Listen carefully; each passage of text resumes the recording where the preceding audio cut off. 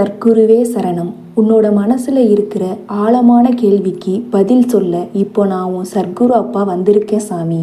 தெளிவா கேளுடா சாமி. இது உனக்கான பதிவுடா சாமி. உனக்கு வாழ்க்கையில தோத்து போயிடுவோமேனு பயம் ஏன் சாமி? நீ செய்கிற காரியத்தில் தோத்து போயிடுவோம் அப்படிங்கிற பயம் உனக்கு இருக்கு.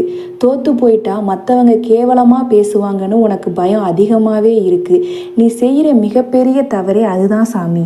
உன்னோட மனசில் ஆழமாக எதை நீ நினச்சிக்கிட்டு இருக்கியோ அதுதான் நடக்கும். நீ தோத்து போயிடுவோன்னு நினச்சா அதுதான் நடக்கும். நீ செய்கிற காரியம் ஜெயிக்கணும்னு உன்னோட மனசில் சொல்லிக்கிட்டே இருந்தா நிச்சயம் நீ ஜெயிச்சிருவ. அதை விட்டுட்டு உன் மனசுல இருக்கிற பயத்தை உன்னோட முகத்துல காட்டி மற்றவங்களையும் பயப்படுத்திக்கிட்டு இருக்க. உன்னோட பயத்தை தூக்கி எரிஞ்சிரு சாமி. நீ தோத்து போயிருவேன்னு கவலைப்படாத. உனக்கு வெற்றி நிச்சயமா கிடைக்க போகுது. உனக்கு வெற்றி நிச்சயமா இருக்கும்போது தோல்வி அப்படிங்கிற வார்த்தை உனக்கு எப்போதும் கிடைக்காது சாமி. உனக்கு ஆறுதலா இந்த வார்த்தையை நான் சொல்றேன் அப்படின்னு மட்டும் நினைச்சிடாத சாமி. உனக்கு நடக்க போறதை தான் நான் சொல்றேன். உன்னை தோத்து போக நான் விட்டுருவேனா சாமி? உன்னை தோற்கடிக்கவா நான் உன்னை தேடி வந்திருக்கேன் சொல்லு. கவலைப்படாத சாமி. நிச்சயம் உன் அப்பா நான் உன்னை கரை சேர்த்துருவேன் சாமி.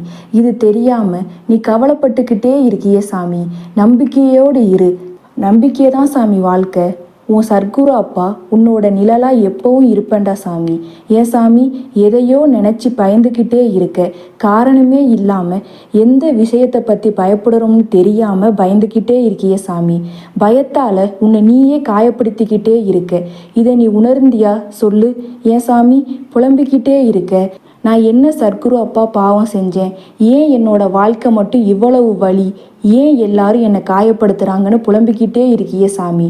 மற்றவங்க செஞ்ச தவறு துரோகம் என்னை சுற்றி இருக்கவங்களுக்கே தெரியலை. என்னை ஒரு குற்றவாளியாகவே பார்க்குறாங்க.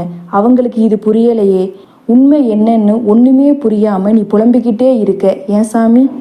ஆனால் அவங்களுக்கே அதை அனுபவிச்சாதான் புரிஞ்சு கொள்ள முடியும் அப்படிங்கிறது விதி. அடுத்தவங்களோட கருத்தை உன் தலையில் சுமக்காத. உன்னை நிரூபிக்க போராடாத. உன்னோட செயல்கள் எல்லாத்தையும் உன்னோட சர்க்குரு அப்பா நான் பார்த்துக்கிட்டு தான் இருக்கேன். நீ யார் அப்படிங்கிறது எனக்கு தெரியும்டா சாமி. எனக்கு தெரியாதா சாமி நீ யாருன்னு? நீ ஏன் மற்றவங்க வார்த்தைக்கு இவ்வளவு முக்கியத்துவம் கொடுக்குற? மற்றவங்களுக்காக யோசி, உதவி செய். மற்றவங்க கஷ்டத்தை நினச்சி வருத்தப்படு. ஆனால் உன் வாழ்க்கை அப்படிங்கிற மூச்சை உனக்காக சுவாசி. உனக்காக மட்டுமே சுவாசி.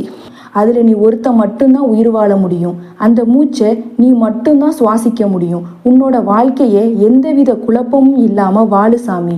உன்னோட கண்ணீருக்கு காரணமானவங்களை நான் பார்த்துக்கிறேன் சாமி. நீ தனியாக இல்லை. உன் கூட உன் சர்க்குரு அப்பா நான் இருக்கேன். உனக்கு புரியலையா சாமி? உனக்கு துணையா உன் சர்க்குரு அப்பா நான் இருக்கும்போது எனக்கு யாருமே இல்லை. ஏன் என் வாழ்க்கை இப்படி இருக்கு சர்க்குரு அப்பா? என் வாழ்க்கையில் கஷ்டம் மட்டும்தான் வருமா? சந்தோஷமே வராதான்னு ஏன் சாமி புலம்பிக்கிட்டே இருக்க? சொல்லு. உன் சர்க்குரு அப்பா நான் இவ்வளவு பெரிய சக்தி உன் கூட இருக்கும்போது நீ இப்படி பயந்து புலம்பலாமா சொல்லு. உன் சர்க்குரு அப்பா நான் உன் கஷ்டத்தை போக்கி சந்தோஷத்தை கொடுப்பேன் சாமி. எதுக்கும் கலங்காத சாமி. உன் முகத்தை சந்தோஷத்தோடு வச்சுக்கோ சாமி. அதுதான் உன் சர்க்குரு அப்பாவுக்கு பிடிக்கும்.